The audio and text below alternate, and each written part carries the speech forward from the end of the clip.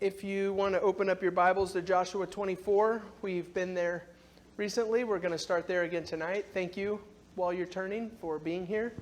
Thank you to those of you who are outside. I see you and I appreciate you. And for those of you who are studying with us online, I appreciate that also. Let me say one thing before we get started. Ed is going to start teaching Joshua on Wednesday night. And maybe this has already been said. I was not in Dave's class on Wednesday nights. And so if he already said it and you've heard it, then forgive me for that. But this is your flagging reminder. Read Joshua before Wednesday. The best thing you can do to prepare for any study of a book is to read the book. And so Ed's getting ready to do that, and I'm sure he'll have some stuff for us to think about and talk about. But go ahead and be looking into that so that you're prepared. I told you I'm asking a little bit for a redo. I made one mistake. I did one whole class on Joshua 24 without knowing exactly how I was going to do the stuff after. And so we did Joshua 24 where Joshua says, choose who you're going to serve, whether it's the gods that your father served beyond the river, or whenever you were down in Egypt, the gods that you learned about in Egypt, or the gods of the Ammonites in the land where you're going, or choose Yahweh. That was one lesson all by itself. And so what I said last Sunday night I was going to do is I'm going to break those four things into, that's going to be our outline. So last Sunday night we did the gods of your fathers, family as idolatry. Just to sort of play off of the idea of serving the gods of your fathers and family worship and what some of those things might look like. Some landmines along the way. That's my biggest struggle. That's why I started. Lily always reminds me of this. She says, eat that frog. Do the hardest thing first. So that was the roughest for me. Tonight is the gods of Egypt. And so in Joshua chapter 24, verses 14 and 15, therefore fear the Lord, serve him in sincerity and faithfulness. Put away the gods that your father served beyond the river and in Egypt, and serve the Lord. I have already referred to this, but I would ask that you turn over, please, to Ezekiel chapter 20 again. Every time that I say this, I think, surely I'm wrong and I'm just missing something. But Ezekiel 20 is the only place that I've been able to find in the whole Bible that definitively answers my question on this point. And I can't believe it. I think surely there's something else that I've just not paid too much attention to. But what were the children of Israel doing while they were in Egypt? And I think that most of us who know the children of Israel and who probably have a brain in our head would say, well, they sure weren't being faithful to God. They adopted the customs and the religion and the worship of the gods of Egypt. And so Ezekiel 20 really points that out. 7 and 8 is what I'm looking at, but you might look at verse 5. Ezekiel 20 and verse 5, on the day when I chose Israel, I swore to the offspring of the house of Jacob, making myself known to them in the land of Egypt. I swore to them, saying, I am the Lord your God. On that day I swore to them that I would bring them out of the land of Egypt into a land that I had searched out for them, a land flowing with milk and honey, the most glorious of all lands. And I said to them, here it is, verse 7 and 8 really. And I said to them, this is what God said to the children of Israel who were living in Egypt. Cast away the detestable things your eyes feast on, every one of you. Do not defile yourselves with the idols of Egypt. I am the Lord your God. But they rebelled against me and were not willing to listen to me. None of them cast away the detestable things their eyes feasted on, nor did they forsake the idols of Egypt. And so this lesson, because of Joshua 24, is called the gods of Egypt. If I had, well, not if I had, on my paper, on my notes, the title that I have for this lesson tonight and what we're going to be doing is cast away the detestable things that your eyes feast on. I've got a question for you here. This is a what does this mean question. Or how do we work this passage out? What does this look like? You might turn over to Ephesians chapter 5. I've got both of them on the board. But if you would like to look in your Bible, it's Ephesians 5 and verse 5 and Colossians 3 and verse 5. Paul, in writing to the church at Ephesus, says in Ephesians 5 and verse 5, you may be sure of this, that everyone who is sinning, what he does is he lists vices, sins. Don't do these things. Whoever is sexually immoral, impure, or who is covetous, and then parentheses. In my Bible, our translators have said, whoever is covetous, parentheses, that is an idolater. That person has no inheritance in the kingdom of Christ and God. So Paul says to the Ephesians, you can't be sexually immoral, you can't be impure, and you can't be a covetous person. You can't covet other people's stuff. And then he says, basically, what does it mean to covet other people's stuff? That's idolatry. You can't do that. And I would be tempted when you see something kind of strange. That's strange. And when you see something strange like that, you're like, well, that's a fluke. He says it again in Colossians 3 and verse 5. Put to death, therefore, what is earthly in you, sexual immorality, impurity, passion, evil desire, and covetousness, which is idolatry. So let's start the class with a conversation here. You can do a couple things if you want. You can do, number one, what is covetousness? That's probably something that we need to talk about. And if we are able to have a solid definition of covetousness and what that is, how is that idolatry? How is it idolatry to covet, to crave somebody else's possessions? So just open up, wide open, whatever you're thinking. You can even ask a question. What's on your mind with this? Covetousness, which is idolatry. How about this? What does it mean to covet? Mark?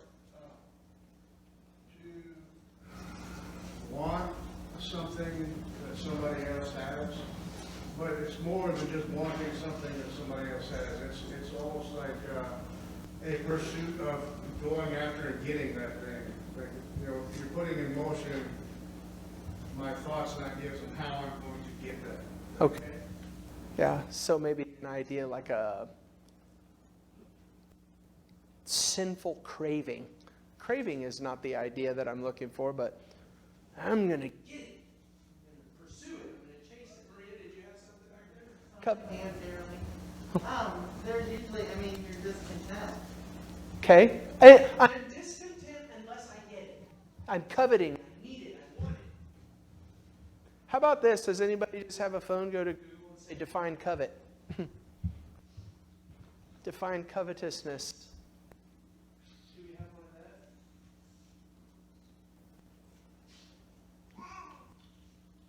No?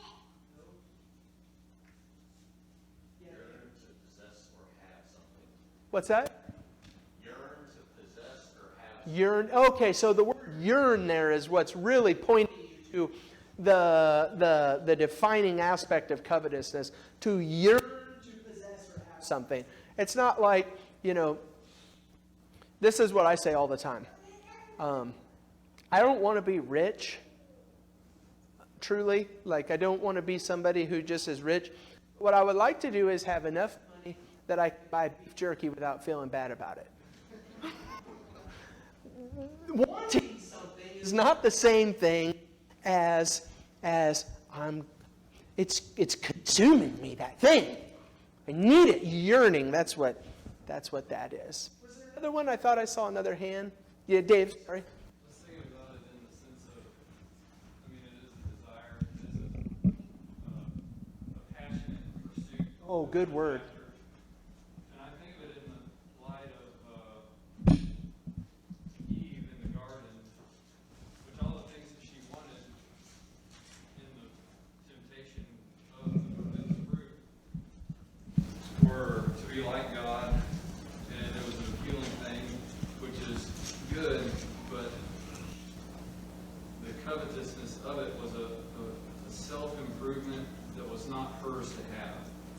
make sense? Yeah, you will be like God. In the day that you eat of it, you will be like God. And so there's the desire to have something that's not hers to have. And I see that too with the Ten Commandments. You shall not covet your neighbor's ox, his wife, etc., etc. And all these things you can see in the phrase that we have, keeping up with the Joneses. You can see better things that you can be in pursuit of and want their things. But that's not the pursuit that God has for us. I mean, He more or less wants us to be not covetous. Yeah. He wants us to be Yeah. generous in that sense of comparison. Yeah. I really am stuck on the very first thing that you said with passionate, the passionate craving for something. And that really fits into this context too with these other words. In fact, look at the Colossians version.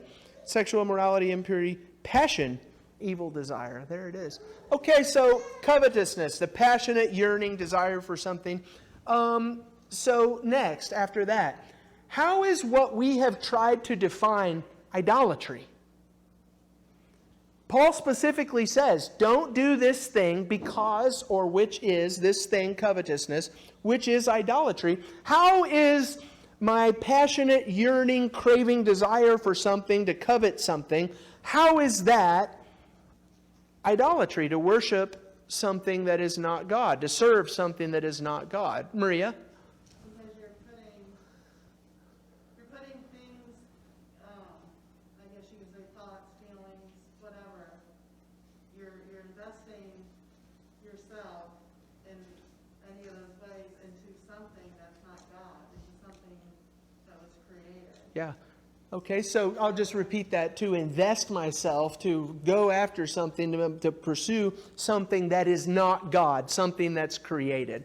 And so the idea is we should be doing this passionate yearning for the Lord. Instead, we're doing the passionate yearning for something else. Yeah, That- you're taking things that are reserved for God and putting them elsewhere. Yeah, good. That's good. That's helpful for me, the way that you said that. I like the idea of our definition of passionate yearning for something else rather than for God. That's a good way to think about idolatry. That was helpful. Another? I've got 3 quotes here that were helpful. Oh, Lauren, go ahead. I'm sorry, what's that? Consumes us. Yeah, to be consumed. Yeah, good. Consumed by something. So I got 3 quotes, and these were helpful for me. They really put into words, I think, what we're trying to work through here. And so there's 3 of them.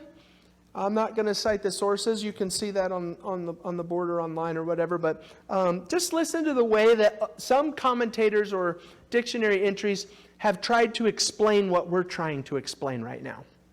This is the first one. What is suggested again is that at the root of sinful actions is the idolizing of self, the pursuit, regardless of all else, of that which seems to offer self-gratification. That was the third most helpful. The second most helpful for me. The point is that greedy, covetous persons, those who make their desires their object of devotion, that one, those who make their desires the object of their devotion, are as much idolaters as any of those who bow before an idol in a pagan temple. This is the most helpful that I came across. Literal idol worship, of course, formed the setting for a good deal of the sort of behavior here criticized. That is, he says, don't do sexual immorality, don't do impurity. If you would go in the ancient world and do idol worship, those are things that are often associated. That's what Wright's saying here with this, is sometimes they're connected. But he says, that's only an illustration of the basic point. All such greed places at the center of one's attention and devotion that which is not God. Which I think you all did a pretty good job of articulating. The greed, the pursuit, the passionate desire for something that is not God. You can see why Paul would say covetousness is idolatry. There's another passage that I would throw up here for you to see, Philippians chapter 3 and verse 19, just because this is another way that Paul said what we're talking about right now. In Philippians chapter 3, starting in verse 18, "For many of whom I have often told you, and now tell you, even with tears, walk as enemies of the cross of Christ." So there are people who have been Christians who are not Christians anymore. In verse 19, "Their end is destruction." Listen, "Their God is their belly, and they glory in their shame with mind set on earthly things." Their God is their belly. How would you explain what Paul is describing there? He says their end is destruction. Their God is their belly. What's that? Yeah, Lisa?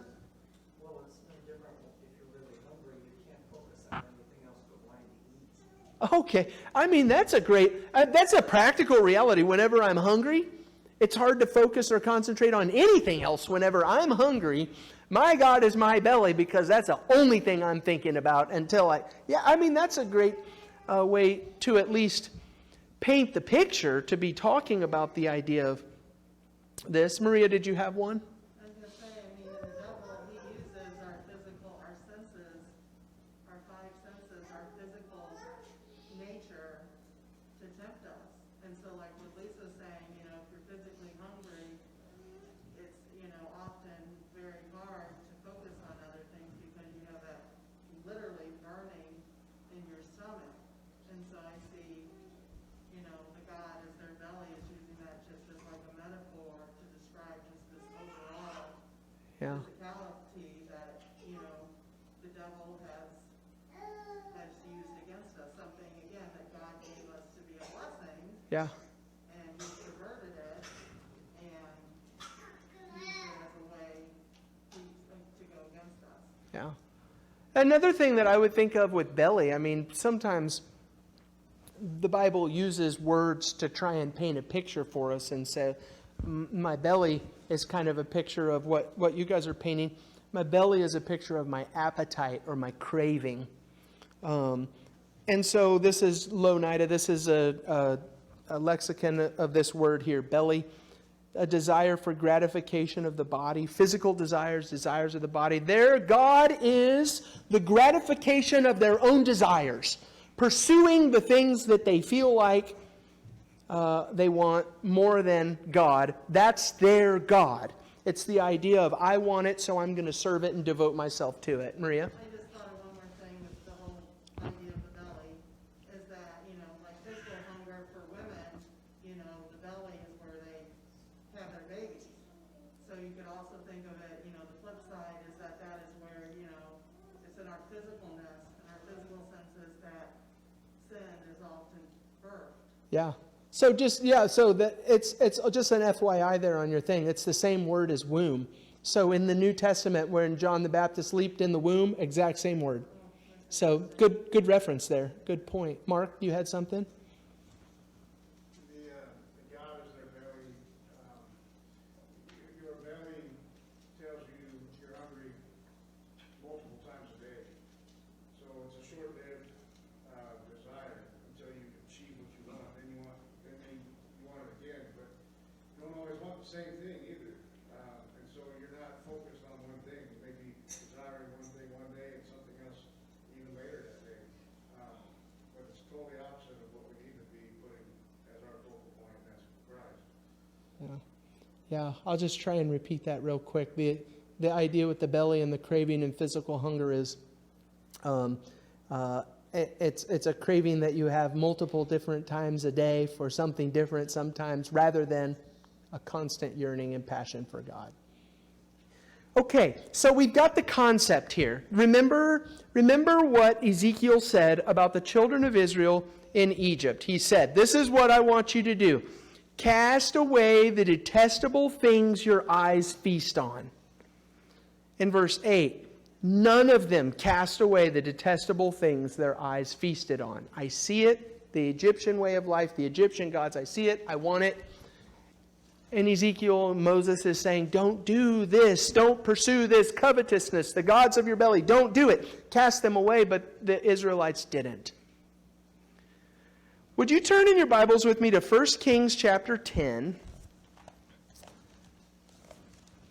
In 1 Kings chapter 10, we have, I think, an outstanding example of somebody who did not cast away the detestable things that his eyes feasted on. It's Solomon. And Solomon's a great example because he's somebody who should have known better. I suppose the children of Israel should have known better too, but Solomon is a great example of this one. And so 1 Kings chapter 10, starting in verse 23, I think really what you could do, you could read all of chapter 10. You could really go back to chapter 9. I'm not going to do that. I'm just going to start reading in 1 Kings chapter 10 and verse 23, and I'm going to go down to 11:1 to paint a picture of how Solomon saw things and went after whatever he wanted. Thus King Solomon excelled all the kings of the earth in riches and in wisdom. And the whole earth sought the presence of Solomon to hear his wisdom, which God had put into his mind. Every one of them brought his present articles of silver and gold, garments, myrrh, spices, horses, mules, so much year by year. And Solomon gathered together chariots and horsemen. He had 1,400 chariots, 12,000 horsemen, whom he stationed the chariot cities with the king at Jerusalem. And the king made silver as common in Jerusalem as stone. And he made cedar as plentiful as the sycamore or the shephelah. And Solomon's import of horses was from Egypt and Cu, and the king's traders received them from Cu at a price. A chariot could be imported from Egypt for 600 shekels of silver, and a horse for 150. And so through the king's traders they were exported to all the kings of the Hittites and the kings of Syria.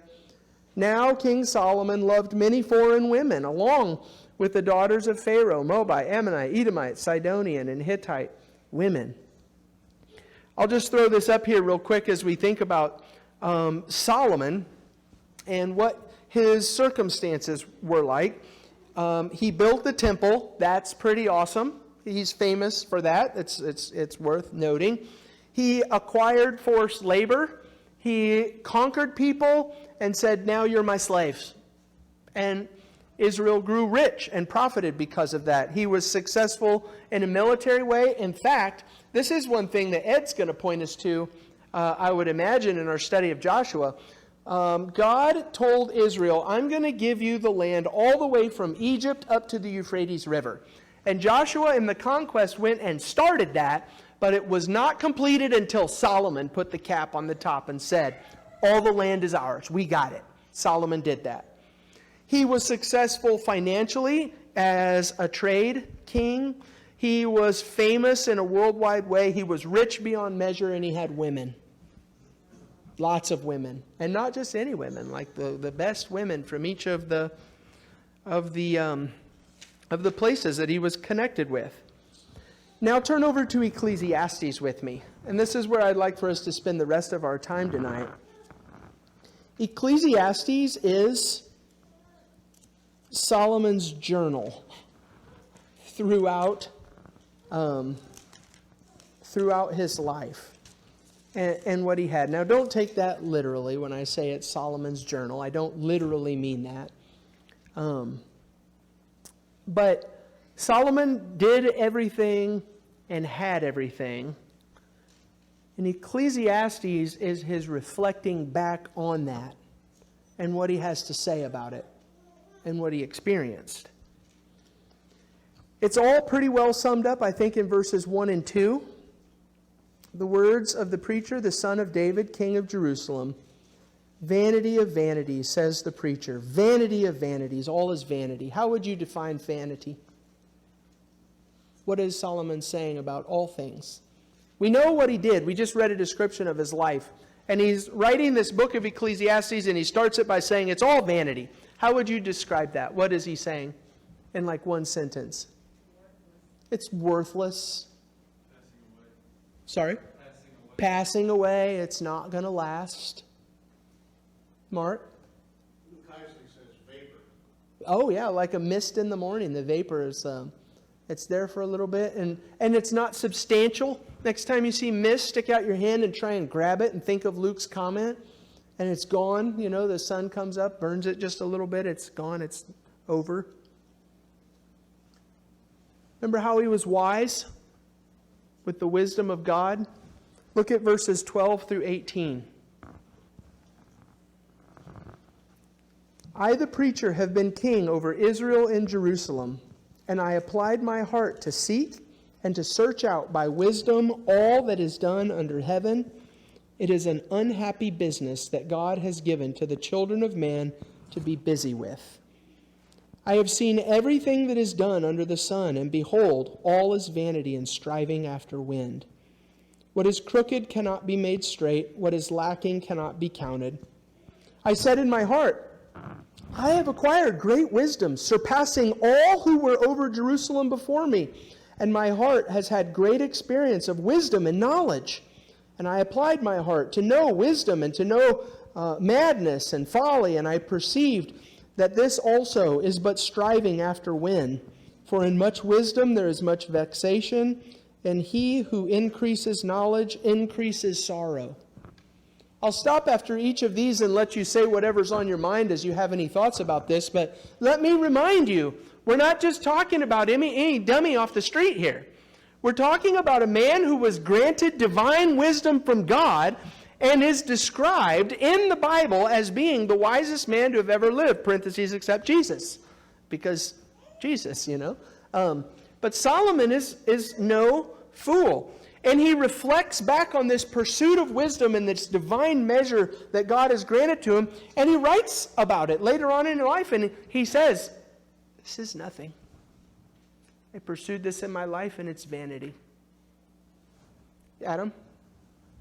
Sometimes with Solomon, I think of just like the women as his primary downfall, and maybe it makes it a little bit easier to just say, okay, well, don't go after like fleshly lust that you learn the lesson of Solomon. But then all the things that you put on the board, there's a lot more subtle things that are probably more appealing to a lot of us in terms of like attaining great learning and knowledge, or being well recognized and having a great reputation, or career, money, success. You know, those things that, as with a lot of these idols, might be good in their right proportion, but don't belong in the center of our lives. Yeah. Lots of different things. If you're not inside here with us or watching online, if you can't see this, I have a list of stuff from Ecclesiastes, and I'm going to read these. I intend to read these. We've got a little bit of time. These are things that are more than just Solomon pursuing lots of women. And wisdom is one of them. Have you ever seen it practically? Have you ever seen the person in pursuit of wisdom who has devoted their life entirely to this cause, and I need to know more and I want to be better in this way than everybody else? Are you saying yes, I have, or you got a comment? Okay, yeah.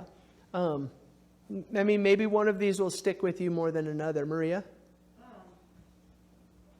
If you look at, you know, what it was like for Solomon at his time, not just for him, but probably a lot of people within his empire, it sounds like it, unless you were, you know, a slave, but I mean, it sounds like it was probably pretty good.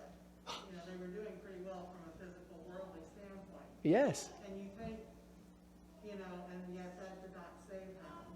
You know, none of that satisfied him. And it wasn't those things that would save him. You look at Eve, and prior to the fall, she was in the perfect environment, had everything. And yet that did not save her.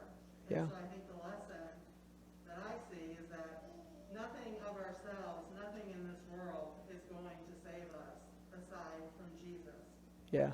That's the bottom line of this whole class, right? I mean, that's the end of all things. That's going to be our last verse that we read with this. Eve was doing really well in the Garden of Eden. Solomon was doing really well in life. And he pursued all of these things, and he achieved all of his pursuits. And still later, at some point, he writes a book and he says, for what? For what? To what end? Look at this next one. We'll keep on moving. And I'll stop after each one. You can make your comments, so we can go backwards too. Chapter 2 and verses 1 through 3. Pleasure. Personal pleasure. I said in my heart, come now, I will test you with pleasure. Enjoy yourself. But behold, this also was vanity. I said of laughter, it is mad. And of pleasure, what use is it?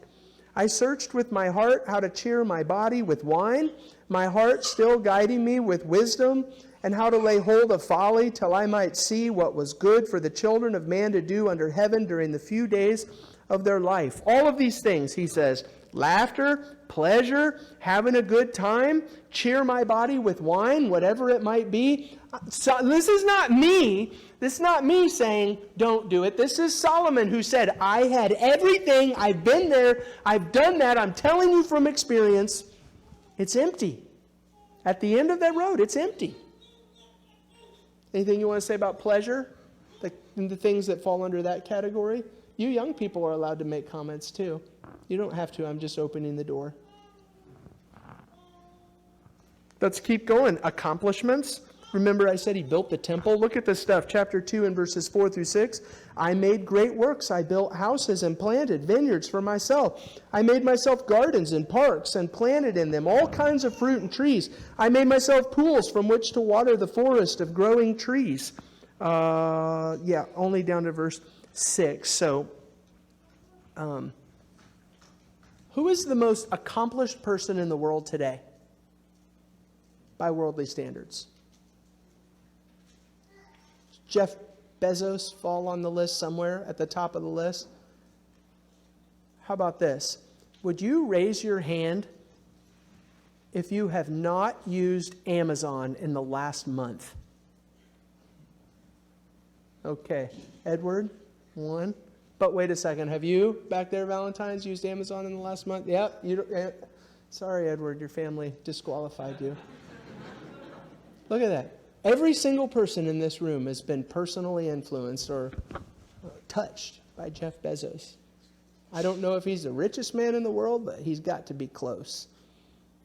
Here's a man who has accomplished a lot. Think about this in terms of a lot. Solomon, in his day, was the Jeff Bezos, the richest, the greatest, built the temple, built the empire, acquired servants and slaves, built up the military. He had accomplishments under his belt and on his resume. And he looks back on it in Ecclesiastes and he says, nothing.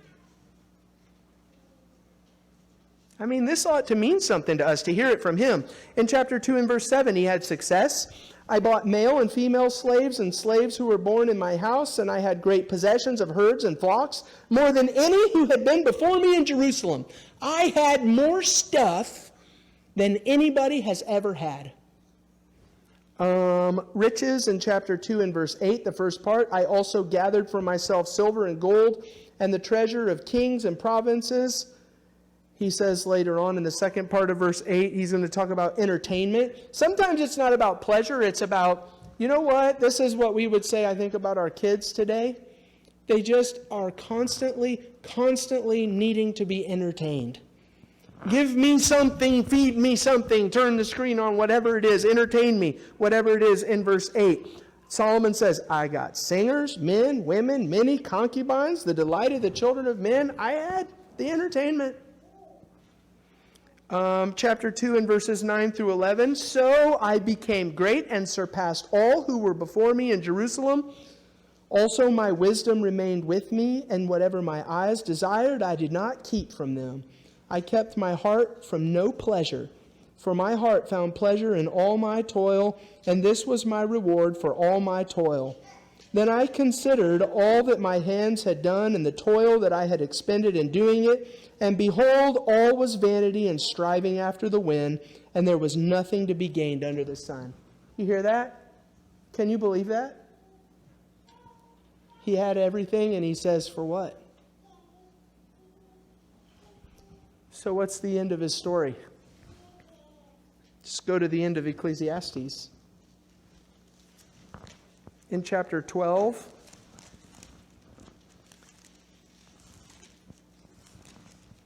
Ecclesiastes chapter 12 and verses 13 and 14, this is how he ends the book and the last of his thoughts. The end of the matter, all has been heard, This is it. Fear God and keep his commandments, for this is the whole duty of man. For God will bring every deed into judgment with every secret thing, whether good or evil. I think that's really worth us impressing upon our hearts. The end of the matter, all has been heard. Fear God and keep his commandments. There is no fulfillment or meaning or purpose in devoting our lives to some created thing if we don't fear God and keep his commandments. That's the foundation of all things.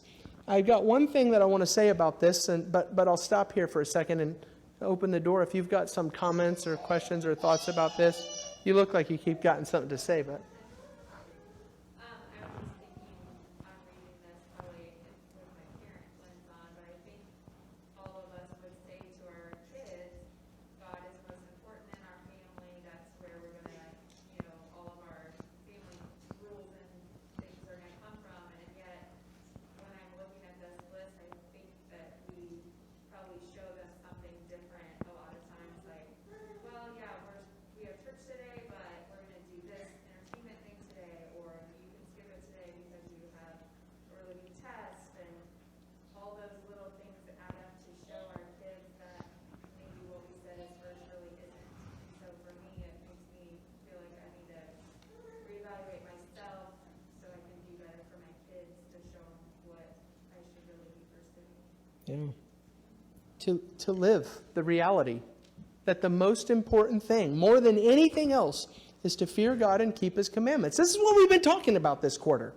Serve God and only God, not covetousness and what your eyes see and like and pursue. Serve God and only God. That's the only place where there's any meaning or purpose or fulfillment. Tracy? So in verse 13 it says, "And I applied my heart to seek and search out."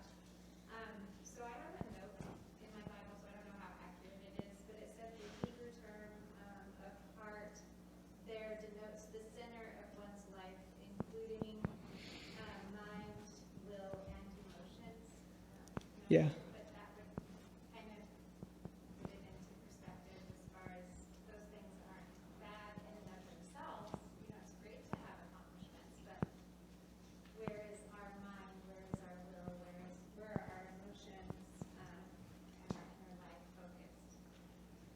I just thought that was interesting. Yeah, I like that too. Anytime you see the word heart or belly in the Bible, and there's some definition with it, it always says something like, this is the center of one's being and existence. Yeah, I like that. Good reference. Okay, so one quick thing, and then I'll finish up with this last verse, and then we'll be done for tonight. When Rome was in the process of falling, there was a man named Augustine. I call him Augustine. Probably some of you call him Augustine. You live on Augustine, right? Not Augustine Road? Yeah. I'm going to start calling it Augustine Road so we can get it right, the pronunciations. Augustine wrote a lot of famous things. Like if you're going to be a biblical studies major or a theology major, this is going to be required reading for church history and probably theology. Augustine is fundamental for a lot of church thinking and a lot of church teaching. And one of the things that Augustine did when he was defining sin is to label it as disordered loves. And what disordered loves means is something that we get. We understand this. We know what disordered loves is. If you have a man who puts his career and success over his family, it's not that being successful and pursuing to be the best in your career is wrong or bad, but when you get things out of order and that thing comes to be more important than your family, most of us would look at that and we would say, that's not right. Disordered loves. That's what Augustine did with all things, and it's how he defined sin. He said it's disordered loves. It's not that things are inherently in and of themselves wrong and bad. It's that you have them out of order. And I would think with this list on the board behind me right now, as we think of some of this, it's not that the pursuit of wisdom is wrong and bad. It's not that coveting wisdom is wrong and bad and wanting to be wise and wanting to be better and wanting to be smarter. It's when that becomes our covetous thing, our driving desire and passion, and the pursuit of wisdom is now above fearing God and keeping His commandments. It's disordered love. Do that with all of the things on this list here. It's not that pleasure and pursuing pleasure is wrong and bad. We're not saying move into the desert and whip yourself on the back and be some kind of ascetic. We're saying that when the pursuit of pleasure is your primary passion and driving force in life, rather than fearing God and keeping His commandments, and even the pursuit of pleasure that comes before fearing God and keeping His commandments, the disordered love is what makes that thing wrong and out of place. The same thing with accomplishment, success, riches. I would say with Solomon and his women. Obviously, it's not right. No, there's lots of stuff I said wrong there in that sentence. It's not wrong to love a woman and to be married. This is, I said this last week too, to think that my wife is God's greatest blessing in my life. You know, that's obviously not morally inherently wrong. But the problem is when that becomes your driving force, covet, passion, yearning, desire, and driving force in life, when that thing is the driving force and fear God and keep His commandments is second fiddle, now what we have is disordered love, and that's sin. I wonder if these two passages that we started with will sound different to us now, after 45 minutes of talking about it. Cast away the detestable things that your eyes feast on. And the children of Israel in Egypt, none of them cast away the detestable things their eyes feasted on. Or what about this one? I can probably do this pretty quick for you here. You may be sure of this, that everyone who is sexually immoral or impure, or who is covetous, that is an idolater, has no inheritance in the kingdom of Christ and God. When people became Christians in the first century world, 1 Thessalonians 1 and verses 9 and 10 describes what that was like for them. They themselves report concerning us the kind of reception we had among you, and how you turned to God from idols to serve the living and true God. That's what we're inviting you to tonight. If you want to become a Christian, or if you already are a Christian, and for whatever reason you have been out of order in your love and your pursuits in life, what the invitation is to turn to God from idols to serve that which is not vanity. God who is living and true. If you know what you need to do in order to respond to this invitation, you can come forward now as we stand and sing the invitation song.